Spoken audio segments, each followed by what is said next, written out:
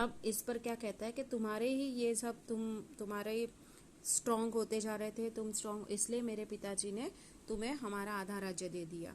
युधिष्ठिर, मैं तो यही जानता हूँ आधे राज्य पर मेरा अधिकार था। युधिष्ठिर कहता है कि हाँ, तुम्हें जो भी लगता हो, लेकिन मैं तो यही जानता हूँ कि ये जो आधा राज्य था उस पर मेरा अधिकार था।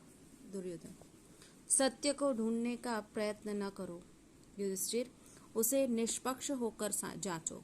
मीन सच को ढूंढने की कोशिश न करो, उसको निष्पक्ष रहकर, यानी बिना किसी इसके जांचो, उसको परखो। मेरे पास प्रमाणों की कमी नहीं है। आधा राज्य पाकर भी तुमने चैन न लिया। तुमने अर्जुन को चारों ओर दिग्विजय के लिए भेजा। बोलता है कि मेरे पास सब सबूत है। बोलता है कि तुम्हें आधा राज्य मिल गया तो भी तुम्हें उसमें शांति नहीं मिली।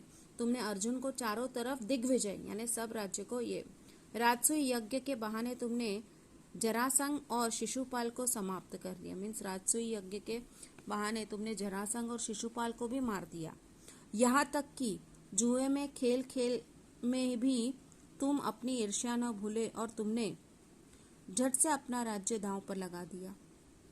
बोलता है कि यहाँ तक कि जुए में खेल खेल कर खेल खेल में भी तुम अपनी जेलसी को नहीं भूले और तुमने झट से अपना राज्य पूरा दांव पर लगा दिया।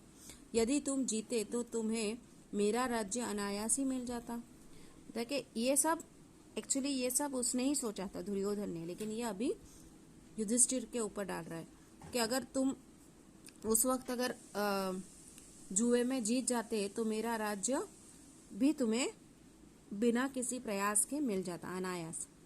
वनवास उसी महत्वाकांक्षा का परिणाम था, मेरा उसमें कोई हाथ न था। मीन्स तुम्हें जो वनवास मिला था वो तुम्हारी इस महत्वाकांक्षा का ही परिणाम था, रिजल्ट वश तुम्हें मिला था। युधिष्ठिर, तुमने जिस तरह भी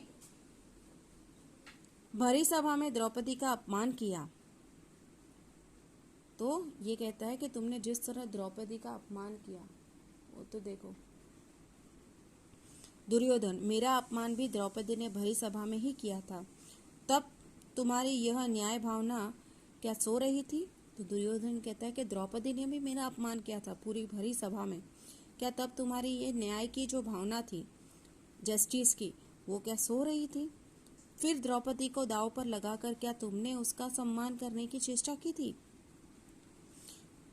तो कहते हैं कि तुमने ही द्रौपदी को दांव पर लगाया था, क्या तुमने द्रौपदी को दांव पर लगाकर उसके सम्मान की कोई कोशिश की थी क्या? जिस समय द्रौपदी सभा में आई, द्रौपदी नहीं थी, वह जुए में जीती हुई दासी थी। मीन्स जिस समय मैं द्रौपदी को सभा पर लेकर आया तभी द्रौपदी नहीं थी, वो जुए में जीती हुई दासी थी जिसे मैं लेकर आया। युधिष्ठिर, यह तुम कैसी विचित्र बात कर रहे हो? तो सत्य को विचित्र मानकर उड़ा नहीं सकते युधिष्ठिर। अपने ही कृत्य से वनवास पाकर भी उसका दोष मेरे ही मत्थे मर गया।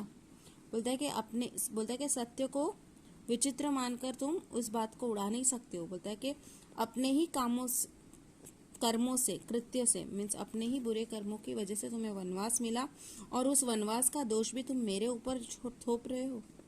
और फिर उस वनवास का एक एक क्षण युद्ध की तैयारी में लगाया। मीन्स उस वनवास में भी तुमने एक एक दिन भी, एक एक पल भी तुमने युद्ध करने की तैयारी में ही लगाया। अर्जुन ने तपस्या द्वारा नए नए शस्त्र प्राप्त किए, विराट राज से मैत्री कर नए नए संबंध बनाए गए और अवधि पूर्ण होते ही अभिमन्यु के विवाह के बहाने मित्र राजाओं को निमंत्रण लेकर एकत्रित किया गया।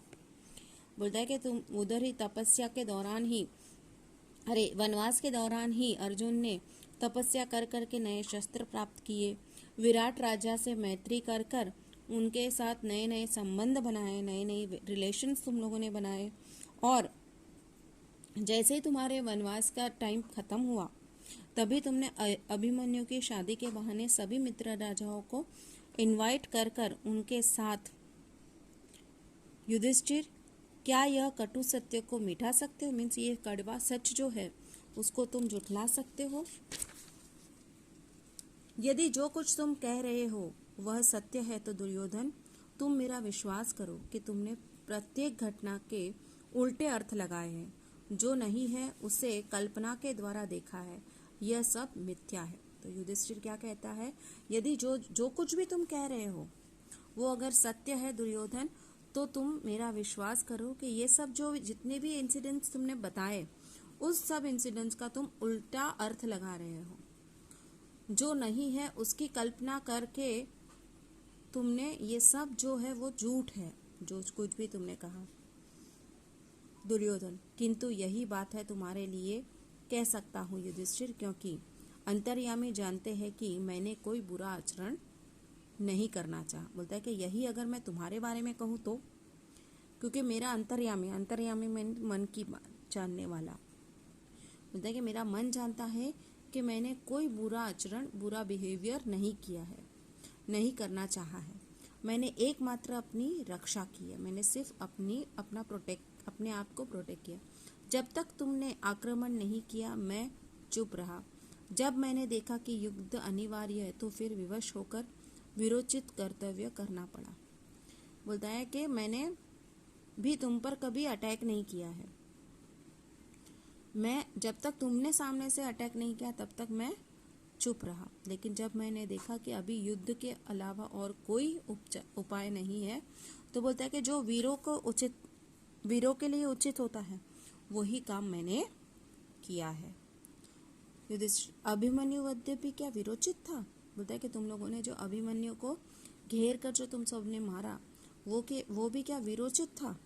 वो वीरों के लायक था? वो जो काम तुमने किया था वो